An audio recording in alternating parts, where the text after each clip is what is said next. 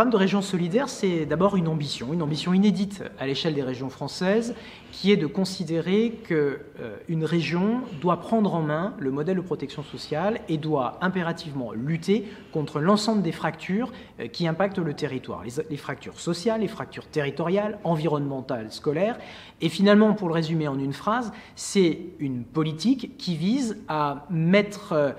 en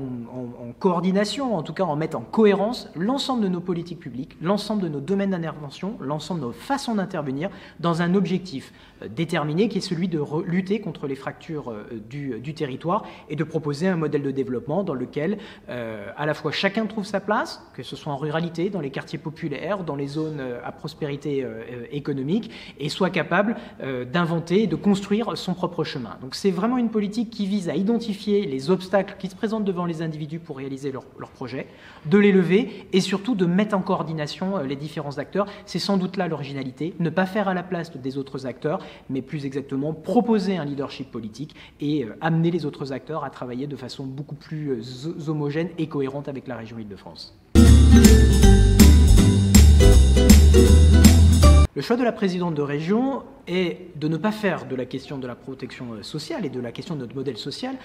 une question de compétence. Notre choix, c'est de prendre notre responsabilité parce qu'aujourd'hui, on voit à quel point la santé, l'emploi, la formation professionnelle, la politique du handicap, l'insertion, la grande précarité sont des domaines qui nous imposent, qui nous obligent et dans lesquels, effectivement, nous n'avons pas d'autre choix que d'agir. Dès lors, la question n'est pas de savoir qui fait quoi, notre enjeu n'est pas de faire moins bien ce que d'autres font déjà, notre enjeu, il est simplement de se saisir de ces sujets et de les positionner dans l'agenda régional. Un exemple très concret, en matière de santé,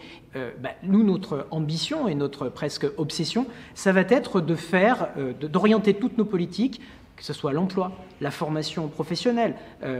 l'enseignement supérieur, la politique de recherche, notre politique d'aménagement, les transports, le logement, évidemment le soutien aux professionnels de santé, d'orienter toutes ces politiques, toutes ces compétences, toute notre façon d'agir dans un sens qui soit favorable à un écosystème de la santé. En un mot, nous, notre obsession, ça va être de créer une région dans laquelle la dimension sociale, la dimension sanitaire, la dimension d'emploi et de formation professionnelle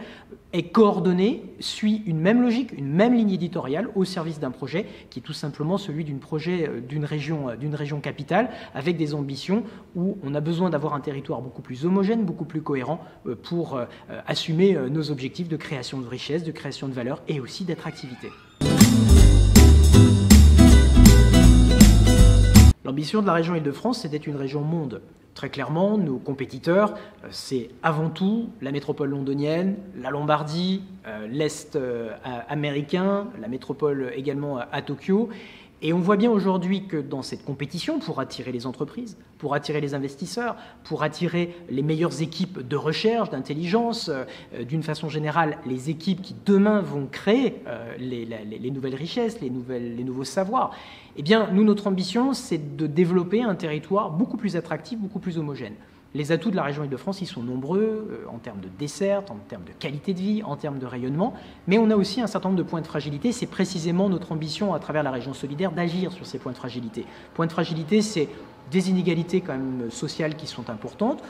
et un développement qui pourrait être beaucoup plus harmonieux. C'est le sens finalement aujourd'hui de notre programme, c'est d'essayer d'aligner les planètes et de faire en sorte d'assumer beaucoup plus cette homogénéisation, en tout cas cette cohésion sociale beaucoup plus recherchée à travers un programme spécifique d'un pacte territorial, à travers un pacte en faveur des quartiers populaires et aussi à travers un pacte d'engagement dans lequel on va amener, en tout cas on va inciter les Franciliens à s'engager en faveur d'une solidarité. Pas une solidarité descendante, mais plutôt une solidarité positive dans laquelle les acteurs deviennent eux-mêmes les maîtres un peu de leur destin et dans lequel la région, elle vient pour les aider. À cet égard, les prochains Jeux olympiques et paralympiques constituent une opportunité formidable pour le territoire. L'idée pour nous, c'est que ces Jeux y soient utiles aux Franciliens et qu'ils soient évidemment l'occasion d'une belle compétition sportive, mais surtout qu'ils nous permettent de réaliser des investissements qui vont être utiles à cet écosystème de l'emploi, de la formation, de la santé, du handicap et faire que une fois les lumières des Jeux olympiques éteints, il reste beaucoup de choses sur nos territoires et qu'on soit encore plus un territoire dans lequel il fait bon vivre et surtout un territoire encore plus attractif aux yeux du monde.